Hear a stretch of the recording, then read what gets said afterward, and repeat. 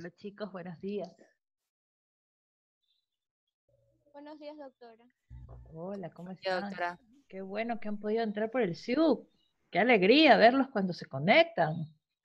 Ahorita está un poquito congestionado, parece, porque tuve que activar varias veces para poder acceder. Pero bueno, ya estamos aquí.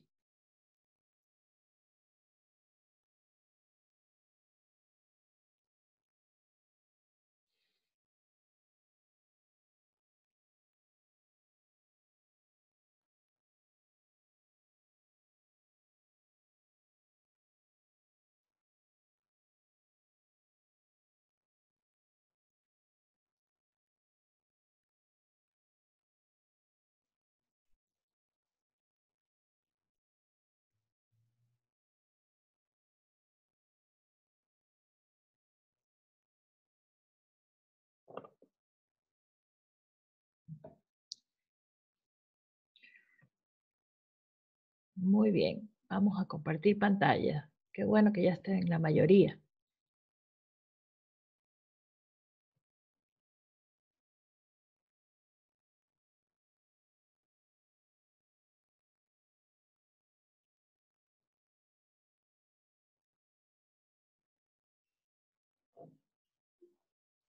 Bien, con ustedes me quedé por los deberes formales, ¿verdad? Efraín, por esta diapositiva me quedé. Sí, doctora, por eso nos quedamos. Por esa nos quedamos. Sí la vimos. Sí, Ya, perfecto. Muy bien, entonces, nos toca ver entonces sobre los derechos y obligaciones de los contribuyentes. Vamos a repasar un poquito la clase anterior, y como siempre les hago, una retroalimentación. Y vamos luego a ver los derechos y obligaciones que tienen los contribuyentes. Muy bien, habíamos visto el tema de los deberes formales, habíamos hablado de que se tenía como deberes formales entregar información por parte del contribuyente, ¿verdad? Para que digamos, la administración tributaria puede hacer un control posterior, un control de esos tributos que le corresponde recaudar, ¿verdad? Habíamos hablado de que asimismo la administración tributaria tenía la facultad de poder inspeccionar, de poder controlar y que esos informes o documentación relacionada, ¿verdad? Tenía pues que ser cumplida por parte del contribuyente, facilitar, digamos que en esa relación tributaria, el cruce de la información que se le requiera y también de ir y presentarse cuando la administración pues le requiera asistir, ¿no?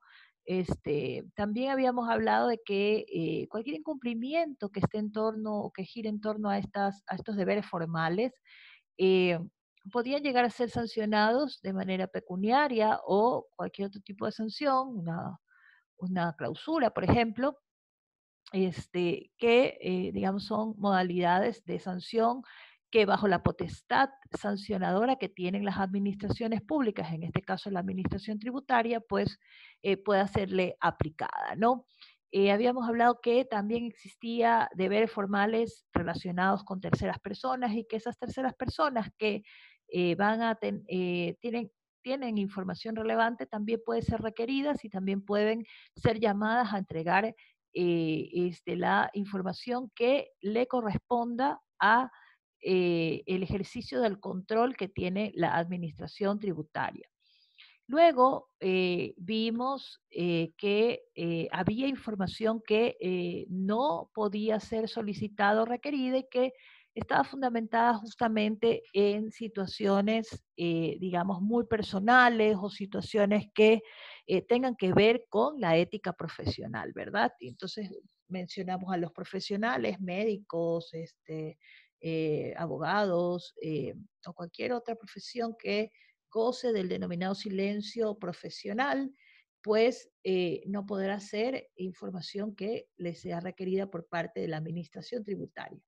Igual a los ministros de culto, a los cónyuges, a los parientes en segundo grado de afinidad, cuarto grado de consanguinidad, precisamente por la vinculación afectiva que tienen, ¿no? Y que en definitiva nadie va a querer digamos, declarar en contra de su pariente, y tampoco, digamos, se puede pedir que sea entregado a la justicia, ¿verdad?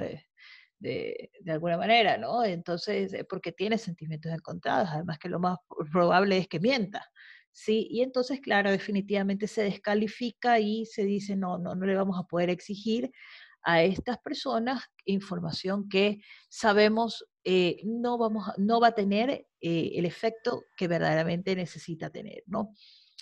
Muy bien, habíamos hablado de que se tenía que cumplir algunos requisitos para la presentación de informaciones, ¿sí? Y que la administración tributaria tenía que siempre pedir información relacionada a los impuestos, a los tributos en general que realmente le pertenezcan, y que obviamente tenga esta facultad de poder controlar o revisar. Habíamos dicho que había que cumplir una formalidad dentro de estas inspecciones o investigaciones que hace la administración tributaria, es decir, suscribir un acta borrador, discutirla entre las partes y finalmente hacer un acta definitiva en donde las partes tengan claro cuál es la controversia, ¿sí?, que se puede producir de las diferencias de análisis de estas documentaciones, ¿no? Habíamos dicho que podía ser sancionado con clausura o multa, y finalmente dijimos que existía, digamos, algunos medios por los cuales la ley establece cómo se puede determinar la obligación tributaria. Es decir, cuando el contribuyente no conoce, no sabe, porque les dije que la ignorancia, pese a que no se excusa por la ley, sin embargo, la realidad es que hay personas que ignoran cuáles son las obligaciones tributarias que deben de cancelar, ¿no? Entonces, para eso el legislador le dio la potestad a la administración tributaria de realizar de dos formas la determinación de la obligación, sea de manera directa, es decir, cuando él mismo liquida el tema de los impuestos o le da todas las herramientas y las fórmulas y las operaciones que necesitan hacerse para poder liquidar el impuesto, ¿verdad? Y que lo puede hacer de manera directa. Pague tanto y punto. Eso es lo que hace la administración. Pero también tenemos la presuntiva, ¿verdad? Es decir, presume la administración tributaria que usted ha tenido determinados ingresos y que por lo tanto le debe pagar tanto a la administración. Es decir, también le liquida, pero de manera presuntiva. Es decir, con una proyección de qué implica la actividad económica que está realizando. El Servicio de Rentas Internas tiene identificado unos coeficientes por actividades que le permiten hacer la liquidación de estas presuntivas. ¿Ok? Entonces, en eso nos habíamos quedado, ¿verdad? Como resumen de nuestra clase pasada. Sí, y vamos a ver entonces un nuevo tema, ¿no?, que se llaman derechos y obligaciones de los contribuyentes. Fíjense ustedes que ya hemos visto, digamos, qué tiene que hacer el contribuyente. Hemos estado analizando cómo interactúan en esta relación tributaria, ¿no? Entonces, bueno, ¿hay algunos deberes que identificar a favor del contribuyente? Por supuesto que sí. Y hay algunas obligaciones adicionales de las que ya hemos visto, de estos deberes formales que decía, tengo la obligación de pago, que es la obligación principal.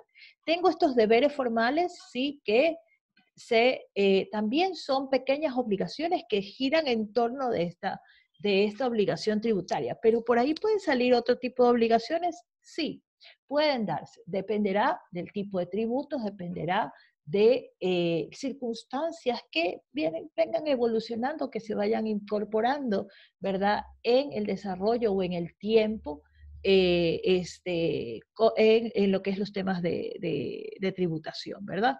Entonces, muy bien, entonces el legislador y ha identificado algunos derechos que puede tener este contribuyente. ¿Cómo cuáles? En primer lugar, dice, bueno, tiene derecho a dirigir quejas, peticiones, consultas, reclamos y recursos. ¿Ven? Tiene 5 derechos que están inmersos solamente en este derecho que tiene a poder acceder a la administración tributaria y en donde puede actuar de esta forma. En primer lugar, las quejas, ¿no? La queja está relacionada a la operatividad que realiza la administración tributaria. Es decir, sus servidores públicos me están atendiendo, están realmente proporcionándome la información necesaria como contribuyente de tal forma que no me obligue a estar en una situación de incumplimiento permanentemente. ¿Sí? Porque eso definitivamente, todas las consecuencias de esas responsabilidades, ¿sí? Como nosotros decimos, ¿no? Ya mi grupo de amigos que a veces analizamos los temas jurídicos, ¿no? Y decimos, ya la gente piensa que ya uno tiene que hablar por telepatías o por adivinanza, ¿verdad? ¿Y por qué digo esto, no? Porque a veces hay servidores públicos que piensan que los administrados tienen que adivinar, ¿sí? Que tienen una obligación, que tienen que ir a pagar, que tienen que ir a hacer. Entonces, por ejemplo, en materia coactiva, ¿no? Que lo vamos a ver ya pronto, eh, que es un tema bastante importante. Por ejemplo, CNT, ¿no? Usted no pagó un mes, por decirle, pero se le pasó o le pasaba lo que me pasaba a mí con Porta y por eso los mandé a volar, ¿verdad? Porta, yo había autorizado que se me descuente el pago de mi teléfono celular en mi tarjeta de crédito, ¿verdad? Y resulta ser que de pronto un día me cortaban el teléfono, yo pensaba que podían debitarlo porque tenían la autorización, ¿no? Entonces yo llamaba a reclamar y siempre cuando reclamaba les decía, señores, entiendo una cosa, yo le di una autorización para que todos los meses se descuente. Usted no tiene que llamarme a decirme que yo le debo, porque quien no ha presentado la orden de pago es usted, no yo no la hago, yo ya se la autoricé. ¿Ven? Entonces yo no puedo adivinar que su departamento de recaudación, ¿sí? No cumpla con los procesos. Eso no significa que yo esté en mora, significa que usted no ha hecho el cobro. ¿Sí? ¿Ven? La situación es diferente, ¿no? Porque yo podría quedar como la mayor morosa, ¿sí? Y importarme muy poco, pero el día de mañana puedo estar en coactiva si es que es CNT, ¿no? En el caso de CNT. Entonces, fíjense ustedes. Entonces, eso pasaba, por ejemplo, con CNT y yo hice justamente tutoría una tesis en virtud del caso de CNT, ¿sí? Que CNT no estaba haciendo las notificaciones. Entonces, fíjense ustedes, es importante, porque entonces yo no tengo derecho a poder recurrir a la administración y decirle qué es lo que está pasando, y decirle por qué usted dice que yo le debo cuando usted, por ejemplo, como mi caso, ¿no? Tiene una autorización que también lo hago ahora, pero a mí nunca me ha pasado que CNT ha dejado de cobrar, ¿ven? Me pasó con Porta, pero no me pasó con CNT. Ya CNT jamás en la vida ha dejado de cobrar una sola factura, tiene el tema muy bien, digamos, el proceso bien determinado, ¿no? Entonces, fíjense ustedes. Entonces, lo importante que es realmente tener que la administración tributaria. Sí, yo siempre digo que las obligaciones tienen 2 vías, ¿no? El que tiene que cumplir la obligación, ¿sí? También tiene que tener todo lo necesario para que la administración pueda recibir de él ese cumplimiento, ¿sí? Por eso son de 2 vías. Las obligaciones van y vienen, ¿sí? Definitivamente la administración tributaria por eso tiene que implementar todo lo que ha implementado y que ya lo hemos ido revisando a través de la página web del Servicio de Rentas Internas, en donde podemos ver que la administración siempre genera caminos para que el contribuyente pueda llegar de la manera más simple, más sencilla, menos dramática, con la menor cantidad de burocracia, y a eso se le llama simplicidad, ¿verdad?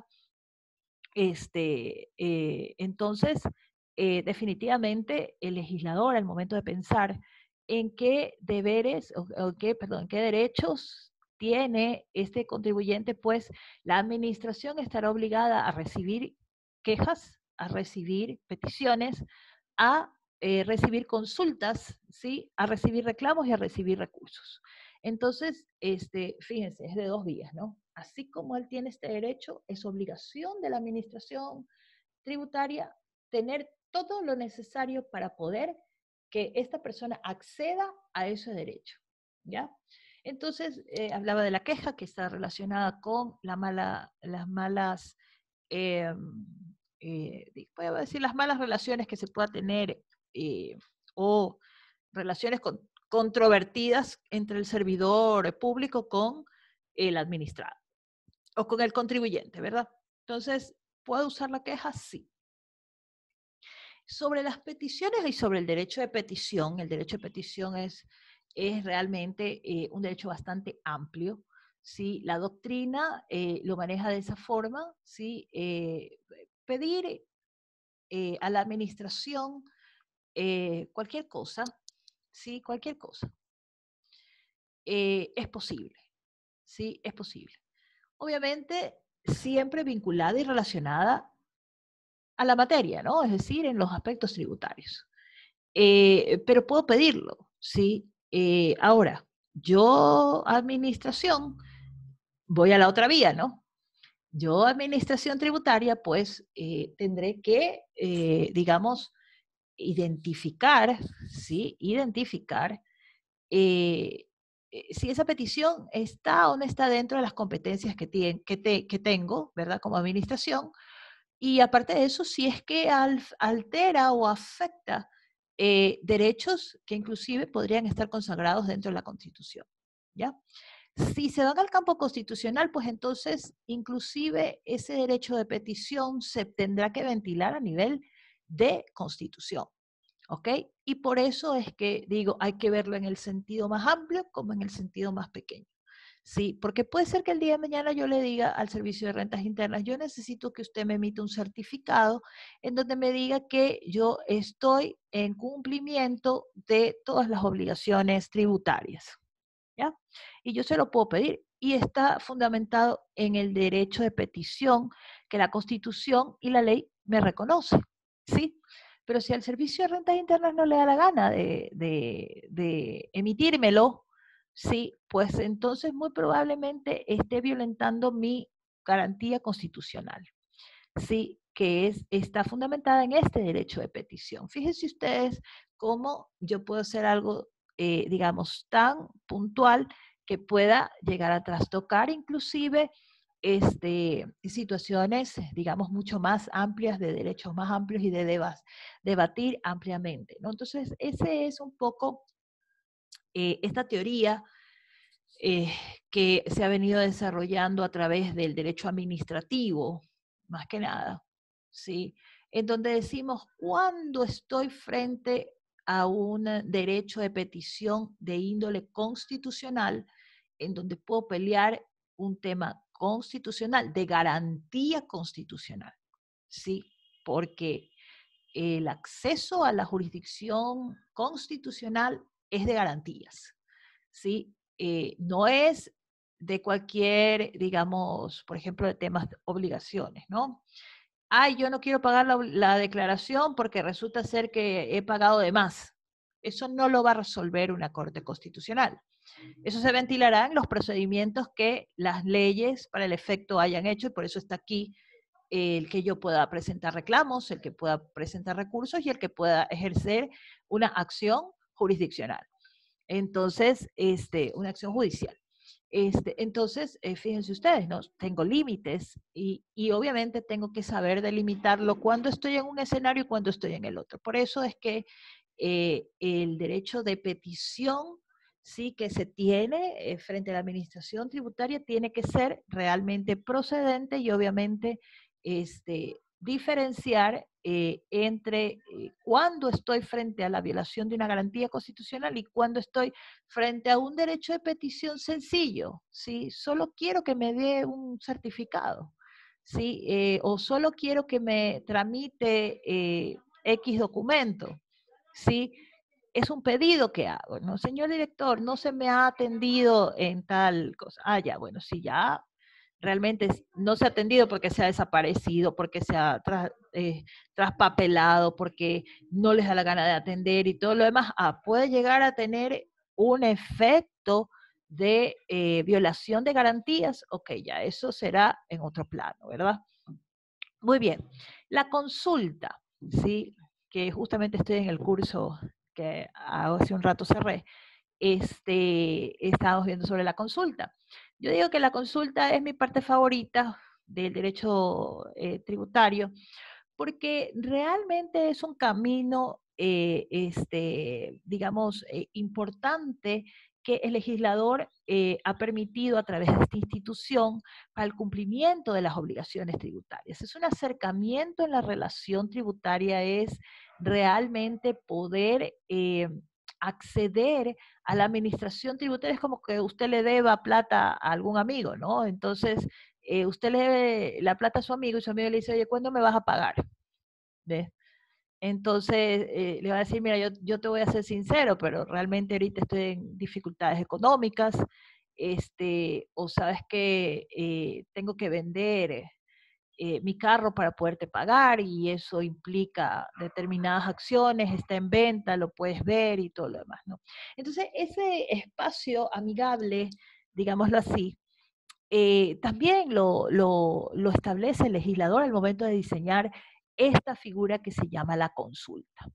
¿Por qué? Porque simple y llanamente a través de ella yo voy a poder decirle a la administración tributaria, yo estaré cumpliendo bien esta obligación con esta razón que yo le doy de aplicación, o sea, es decir, razono cómo tiene que aplicarse, entiendo la norma de esta forma, y la administración me dirá si yo lo hago bien o lo hago mal, ¿sí? Y me dará un camino, ¿sí? Ah, no, bueno, para hacerlo. Y pongo otro ejemplo muy sencillo como para que ustedes lo puedan aterrizar, digamos, al momento de cuál es la finalidad que tiene esta figura jurídica, ¿no? Si usted hace un contrato de construcción de su casa, ¿verdad? Usted puede vigilar la obra, ¿verdad? Y decirle, ¿sabe qué? Esta pared no la quiero aquí, este color de pared no quiero que se pinte. ¿Ven? Entonces, lo mismo pasa con la consulta. ¿Sí? Es ese acceso a la relación de manera, digamos, formal, de manera ordenada, de manera que el contribuyente pueda acceder a la otra parte y decirle, desconozco cómo debo de hacerlo. Por favor, instrúyame en cómo tengo que hacer la aplicación de esta norma, ¿ya? Entonces, desconocer, ¿no? Que les decía yo a sus compañeros también hoy en el tema de la consulta, el desconocimiento de la aplicación de la norma es una realidad. Sí, ahora que estaba estudiando un curso justamente de capacitación, ¿no? Decían que a los estudiantes hay que ponerlos en los casos reales. ¿Ven? Yo siempre por eso traigo ejemplos a la clase de la vida real, ¿no? Y les hago estos comparativos también entre unos y otros derechos y demás, ¿no? Para que usted realmente pueda visualizar cuál es la problemática al momento de tener que aplicar la norma, ¿no? Entonces, fíjense ustedes que eh, en este caso del tema de la consulta, ¿no? Que les comentaba a sus compañeros, ¿no? Yo les decía, eh, bueno, es ese espacio, ¿sí? Que permite, como les decía, activar la relación, ¿no? La relación contribuyente, administración, ¿sí? De tal forma que permita tener una cara, ¿no? Permita tener una cara de la administración. Las instituciones públicas son instituciones, ¿sí? No tienen un rostro, porque obviamente están implementadas de distintas autoridades y esas autoridades cambian, ¿no? Siempre, permanentemente rotan. El personal no siempre es el mismo Y entonces a veces empezamos de cero para explicarle todo a los nuevos y se van atrasando las cosas. Sin embargo, este camino es importante. La institucionalidad de las consultas es un acierto dentro de la estructura de la administración tributaria y definitivamente es un camino que permite esclarecer y permanecer, ¿sí? La administración sin que tenga un rostro a quien tener que acudir. ¿Sí? Como les decía en el caso de las obligaciones, si usted va a construir su casa, usted habla con el ingeniero, ¿verdad? Entonces usted tiene un rostro, usted tiene una cara que se presenta. En el caso de las instituciones, a través de las consultas, ¿sí? Yo ya tengo una cara, ¿sí? Es decir, yo prefiero irme a consultar al departamento de consultas que no necesito saber si es la abogada Bela, el abogado Chimbo, el abogado lo que sea, Pérez, el abogado Pepito de los Palotes, ¿verdad? No necesito tener la cara. La institución habla por sí sola. Y ese es, digamos, un poco lo que es la consulta, ¿ya? Bueno, puedo hacer reclamos y puedo hacer recursos, ¿no? Ya nosotros habíamos hablado sobre cómo podíamos solucionar el tema de las obligaciones, ¿no? Y habíamos hablado del pago indebido y el pago en exceso. Entonces, cuando hablamos del pago indebido, estamos hablando de una situación de obligación que no teníamos que cumplir, ¿sí? Sin embargo, la cumplimos, pagamos y no era obligación nuestra hacerlo, por lo tanto, la administración tiene que devolver, digamos, ese dinero que no estaba bien declarado. En el caso del pago en exceso, pues estamos hablando de que pago más de lo que debía haber pagado en los impuestos, he liquidado más, precisamente por el mecanismo de determinación de autoliquidación de impuestos, que lo hace el sujeto pasivo, y entonces me permite también poder decirle al Estado, devuélvame, ¿ya? Pero hay un mecanismo, hay un procedimiento implementado y obviamente es un derecho el que si se encuentra un contribuyente en esa situación pueda plantear el reclamo y los recursos, porque puede ser que el reclamo me salga en negativo, ¿verdad? Y yo pueda acceder a un recurso para que se revise, que es el recurso de revisión, ¿no? Entonces, fíjense ustedes, con eso se completa este derecho que tiene el contribuyente a poder realizar o dirigir alguna situación en el ámbito de alguna situación de controversia o de diferencias que tenga con la administración a través de estas 5 fórmulas que nos da la norma, ¿no? Luego tenemos las obligaciones que deberían de cumplir la administración tributaria en virtud de este derecho de petición, ¿sí? O de este derecho a dirigir peticiones, quejas, consultas, reclamos y recursos, ¿no? Es decir, en forma y tiempo deberán ser atendidas por parte de la administración. Puede operar dentro de ellas, ven, puede operar dentro de ellas el tema del silencio administrativo. Sí, una figura bastante interesante que nace en nuestra Ley de Modernización del Estado, en donde dice, bueno, la administración sí, siempre debe dar respuesta a los ciudadanos, a los contribuyentes y a la administración pública en general. Si no lo hace y afectan derechos, pues entonces se sanciona, ¿verdad?, con el denominado silencio administrativo positivo, es decir, que le da la razón al ciudadano, ¿sí? Le da la razón, en este caso el contribuyente debería darle la razón, ¿no?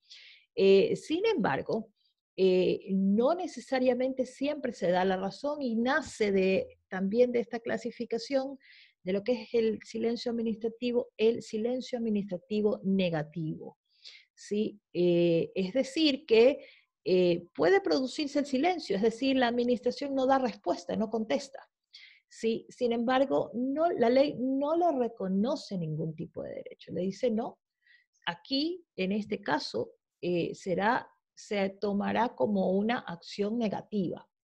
¿Sí? Es decir, no es que usted va a tener carta abierta, ¿no? Y claro, ¿y eso cuál es el límite? Sí, porque siempre me preguntan, ¿cuál es el límite? ¿Dónde está el límite? Pues bueno, el límite es precisamente que si estamos hablando de actos contrarios a la norma, es imposible que la ley pueda permitirlo, porque entonces estará investido de inmoralidad, ¿sí? Porque la moral también pertenece a las normas, ¿sí? Estará investido de ilegalidad, es decir, está fuera del contexto legal, no puede cumplirse, no puede surtir efectos, ¿sí? No puede beneficiar a nadie en perjuicio de, fíjense ustedes, del interés común, ¿ven?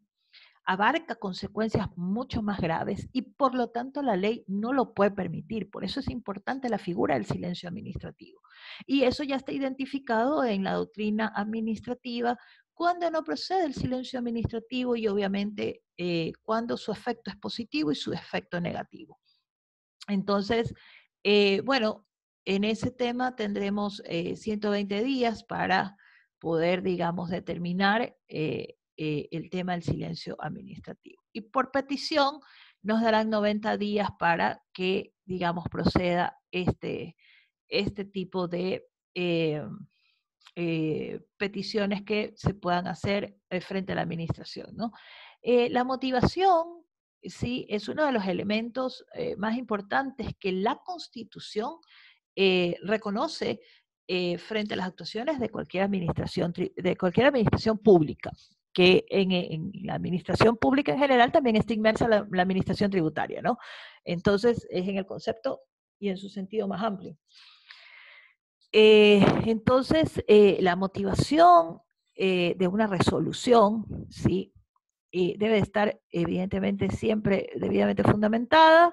Esto significa que no solamente tengo que citar hechos y derechos, sino que debo hacer una relación, debo tener una razonabilidad, debo de tener conclusiones, ¿verdad?, que encaminen y que digan cómo es la aplicación de ese derecho que ha sido, digamos, planteado a través de estos 5 mecanismos: queja, peticiones, consultas, reclamos o recursos. Entonces, la motivación es un elemento esencial dentro de las obligaciones que debe cumplir la administración tributaria.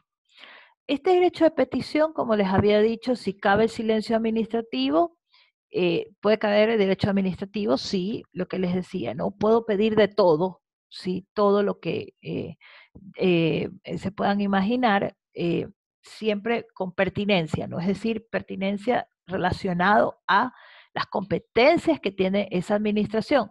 Yo no le voy a pedir a la administración tributaria nacional, el Servicio de Rentas Internas, que por favor me resuelva sobre un tema de tributos municipales, porque no procede, no es de su competencia, ¿verdad? Entonces, evidentemente eso no lo puedo hacer. Pero en todo caso pueden proceder en algunos casos y en otros casos no, el tema del silencio administrativo. Sobre este derecho de petición tendré 20 días para poder impugnar cualquier tipo de reclamo, ¿sí? Me dan 20 días para impugnarlo, es decir, sobre un acto resolutivo yo tengo 20 días para iniciar la impugnación, ¿sí? Y tengo 60 días si es que no quiero usar la vía administrativa, sino que voy a recurrir a la vía judicial. Debemos de saber que para poder nosotros hacer, o mejor dicho, eh, tener el ejercicio de acción frente a la administración tributaria, yo puedo acudir a la vía administrativa sin necesidad, perdón, y puedo acceder a la vía judicial, y en la vía judicial sin necesidad de haber agotado la vía administrativa. Es decir, que el día de mañana yo tengo un acto resolutivo y yo me voy directamente a los jueces contenciosos tributarios. Sí, puedo ir directamente a que se haga el control de legalidad, ¿sí? Que verifique realmente si esas actuaciones están en el marco de la ley y si lo que yo he pedido procede o no procede y es parte de mis derechos, ¿ok? Entonces, eso hay que tenerlo claro y debemos de saber que incluye, digamos, todo este derecho de petición. Las consultas, en la consulta no hay silencio administrativo, tenemos 6 meses para que la administración pueda resolver o absolver las consultas. y que definitivamente si supera ese tiempo no estamos frente a un silencio administrativo. Ese derecho de petición puede ser que no exista un acto previo, sí, y que tampoco tenga un plazo claro, ¿ya? Es decir, no sé cuándo van a ser, ni tampoco sé en qué tiempo puede surgir, ¿sí? Es decir, surge una necesidad, como yo les decía, alguien me pidió un certificado que diga que estoy en el cumplimiento de mis obligaciones tributarias, vaya, pídele el servicio de rentas internas y yo fui y lo pedí. No necesita tener un antecedente ni tener un antecedente dentro de la administración tributaria, ¿sí? Que ese es el punto. Y tampoco un tiempo. Resulta ser que me lo pueden pedir hoy, como puede ser que me lo pidan después, ¿no? Sin embargo, ¿lo puedo pedir en cualquier momento? Sí. ¿Necesita la administración tener un antecedente, tener un hecho previo? No. Entonces, hay que tener mucho cuidado, entonces, cómo se realiza el ejercicio de estos derechos, ¿verdad? Luego tenemos el derecho a la defensa, ¿no? Es un derecho que definitivamente es importante dentro de los procesos que se han implementado dentro de la administración tributaria, ¿sí?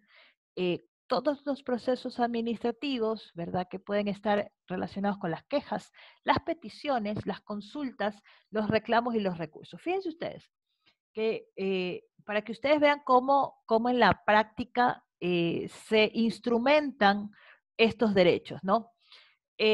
La queja, sí, ya lo vamos a ver, es un procedimiento que vamos a revisar, ¿ya? Eh, el de peticiones, fíjense ustedes que todas las instituciones públicas han implementado o han determinado a servidores puntualmente que manejen el tema de derechos de peticiones, ¿ya? Es decir, toda petición que se haga a la máxima autoridad tiene que ser manejada por alguien que realmente le pueda dar respuesta constantemente, ¿ya? De hecho, cuando yo he trabajado, ya les he contado, ¿verdad? Que he trabajado en más de 20 instituciones del Estado, y en todas hemos practicado exactamente lo mismo. Teníamos un sistema y bueno, les cuento un poco puntualmente en qué institución. Fíjense ustedes que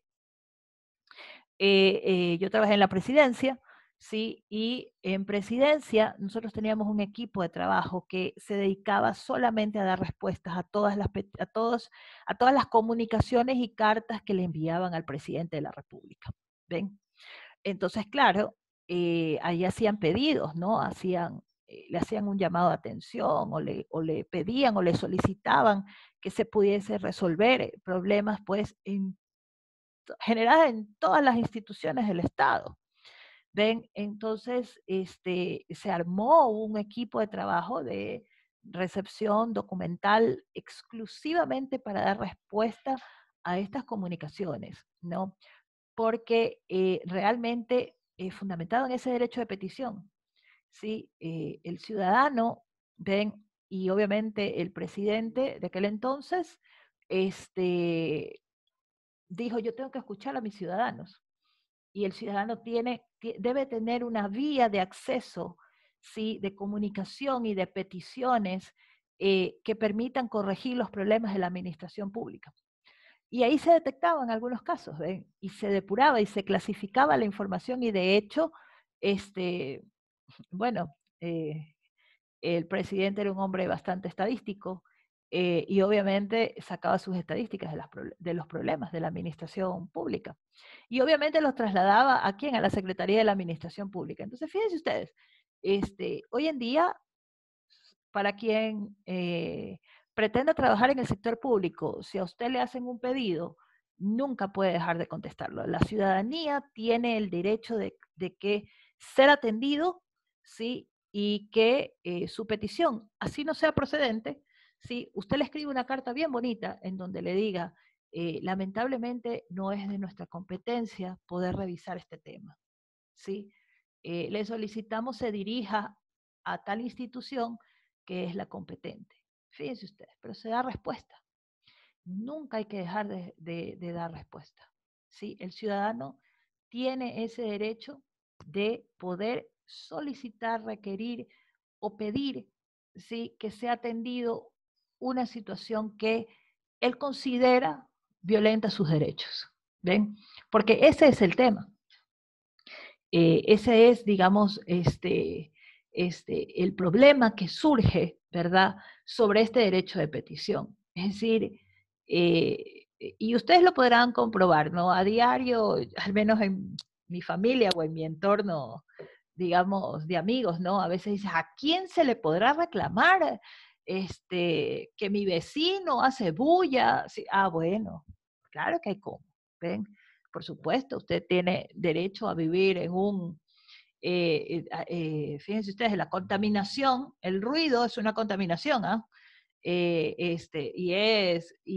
bueno, y esa contaminación está ligada al derecho ambiental, ¿no? Y a tener un ambiente tranquilo, ¿no? Y entonces fíjense ustedes, no, vaya y reclame, entonces dice, bueno, ¿a quién se le podrá reclamar, no? ¿Quién podrá venir a tomar los correctivos, no? Entonces, bueno, eh, ahí están los derechos de petición, ¿ves? Porque dice, yo tengo derecho a vivir en la tranquilidad, estoy harta que me dejen sorda, eh, sí, donde hacen escándalos o donde hacen bulla, o fíjense ustedes que yo vivo en un sector, digamos, de residencia, ¿no? Pero tengo acá un local que se ha convertido en algún bar, peña o sitio clandestino de fiesta, que el fin de semana, por ejemplo, una música terrible de, yo no sé cómo no se quedaron sordos, porque yo me quedé sorda estando a algunos metros de distancia, ¿no? Pero perturban la paz, ¿ves? Y entonces, ¿es un derecho mío vivir en paz? Sí. ¿Es un derecho mío tener que estar, digamos, en un ambiente tranquilo, sano, sin que perturben mi tranquilidad? Claro que sí. Entonces, esta persona estaba obviamente excediéndose en los denominados derechos que tiene, ¿no? Entonces, fíjense ustedes cómo tan fácilmente podemos percibir el tema de cómo se instrumenta, ¿sí?, los derechos de petición, ¿sí?, los derechos de petición. Y obviamente no pueden ser ajenos a la administración tributaria, es decir, el contribuyente siempre va a tener que, digamos, acceder porque es una relación. ¿Ven? Por eso cuando yo hablé de la obligación tributaria, primero hablé de la relación tributaria. Sí, es decir, ese sujeto activo, ese sujeto pasivo, debe tener una constante relación de dos vías, que va y viene, va y viene. Ok, usted me pregunta sobre esto, yo le doy respuesta para que usted sepa cómo debe actuar. Bien, entonces, obviamente también hay procesos instrumentados a través de lo que se llama los estatutos orgánicos por procesos, es decir, le digo a los servidores, a cada uno de ellos, de qué se va a encargar. La abogada Vela es abogada, va a estar en la dirección jurídica y le tocará resolver sobre los reclamos administrativos. ¿Ven? Entonces, muy probablemente cualquier tipo de reclamo que ingrese a la institución estarán destinados para mí, ¿verdad? Entonces, porque ese es el procedimiento. ¿Sí? Ahora, el COA, ¿verdad?, establece los procedimientos y el Código Orgánico Tributario también establece los procedimientos y me dice, bueno, ¿cuál es el procedimiento para que se dé el reclamo? Ya, muy bien, está dentro de los 20 días de impugnación. Yo cojo un calendario y cuento, ¿no? Y digo, ya, va a presentar si está dentro de los 20. Así califica, calificado. ¿Ven? Y comienzo a dar los pasos de ese procedimiento y a ese conjunto de cumplimiento, ¿sí? Se le denomina el derecho a la defensa, ¿ya? A eso va. A eso va el derecho a la defensa, a que se cumplan los procesos, los pasos que la ley establece, siempre en el marco de la ley. Y que debemos de conocer, ¿verdad? Para el caso de los procedimientos, por ejemplo, de determinación de auditorías y demás, ¿verdad? Habíamos hablado, para los temas de determinación de la obligación tributaria, habíamos hablado que necesitábamos cumplir con un acta borrador, ¿sí? En donde se discutían las partes, discutían sobre los temas de, digamos que estaban siendo revisados, ¿no? También dijimos que tenía un derecho a poder conocer los resultados preliminares que arrojaron esas auditorías. También dijimos que podían dársele una prórroga, fíjense ustedes, ¿no? De presentación de documentación o que la prórroga también puede aplicar para la administración tributaria en donde diga, ¿sabe qué? Necesito más tiempo, señor director, para poder ampliar la recaudación de información, ¿no? Y que obviamente le permita defenderse ambas partes, ¿no? En ese sentido, que debe tener un tiempo prudencial para disponer pues de todo lo que sea necesario dentro de ese procedimiento de determinación. Entonces, fíjense, esos son los derechos y obligaciones que, digamos, identificamos aquí dentro de lo que es nuestra materia tributaria, y tenemos también deberes de la administración tributaria. Este chiquito, así que me robo, porque sé que estamos ya en el tiempo, cómo pasa rápido el tiempo. Bien, pero lo que les decía, ¿verdad? Vamos a ver el tema de cuáles son esos deberes que la administración tributaria tiene.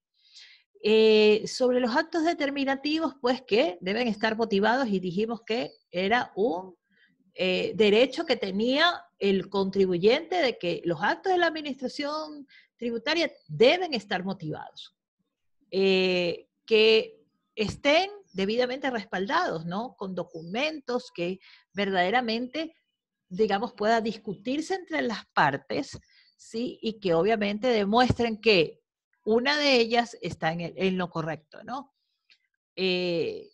Estos actos determinativos pueden tener resultados favorables o desfavorables. Es decir, la administración dice, sí, usted ha hecho todo bien, o la administración le dice, no lo ha hecho todo bien. Y tiene usted que responder sobre esta situación. En las peticiones y reclamos hablamos de pago indebido y pago en exceso, que ya expliqué en qué consistía uno y otro. Sí, y fíjense ustedes, es un deber de la administración tributaria instrumentar las notificaciones, ¿sí? De los actos resolutivos. Entonces debe ser expedida en el tiempo oportuno y con las formalidades que la ley establece. Ya nosotros conocemos, ustedes ya lo conocen y lo están viendo también en materias procesales, ¿verdad? En donde sabemos específicamente cómo se debe hacer la notificación, por la prensa, por correos electrónicos, ¿sí? Hoy que tenemos, digamos, ventanillas, ¿no? De recepción, y tenemos también las notificaciones virtuales, ¿sí? Fíjense ustedes, todo esto, este tipo de notificaciones que podemos hacer en persona, ¿sí? O con representación de alguien. Si alguien me identifica dónde está el bullicioso, para silenciarlo o que apague el micrófono. Muy bien. Y notificar pues siempre a los sujetos pasivos o a los que estén afectados, porque dijimos que podíamos también llamar a terceras personas, ¿verdad?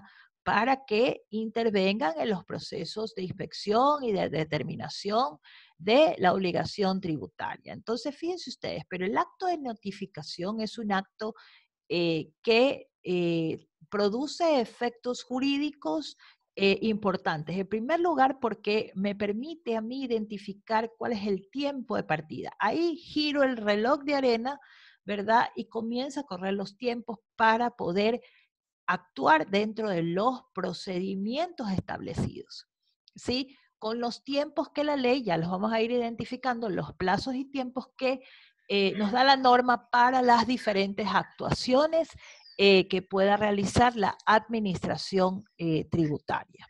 ¿Ok? Entonces, hasta aquí nos vamos a quedar. Me alegro que hayamos avanzado bastante. Les cargo las diapositivas en la plataforma. Les dejé un pequeño trabajo, así que por favor revisen la plataforma. Como ustedes saben, en la semana siempre realizamos actividades, así que... Doctora, una pregunta. Dígame. Disculpe que le interrumpa. No, Buen día. dígame. Buen día, cuéntame. En la plataforma no sé cómo hay que hacer ese deber porque me aparecen varios links y no sé qué opción elegir. ¿Usted me podría ¿Cuál? ayudar con esa información? ¿Cuál deber? Dime cuál deber. Johnny, ¿me escuchaste? ¿Cuál deber?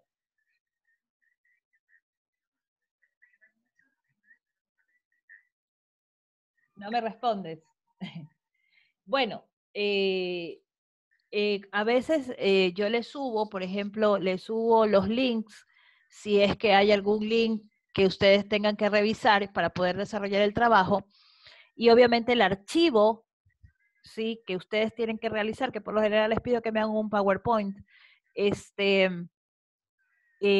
tengo que hacer otro acceso y ustedes tienen que ver que existe una manito que tiene como un documento. Ahí es donde usted puede cargar los archivos.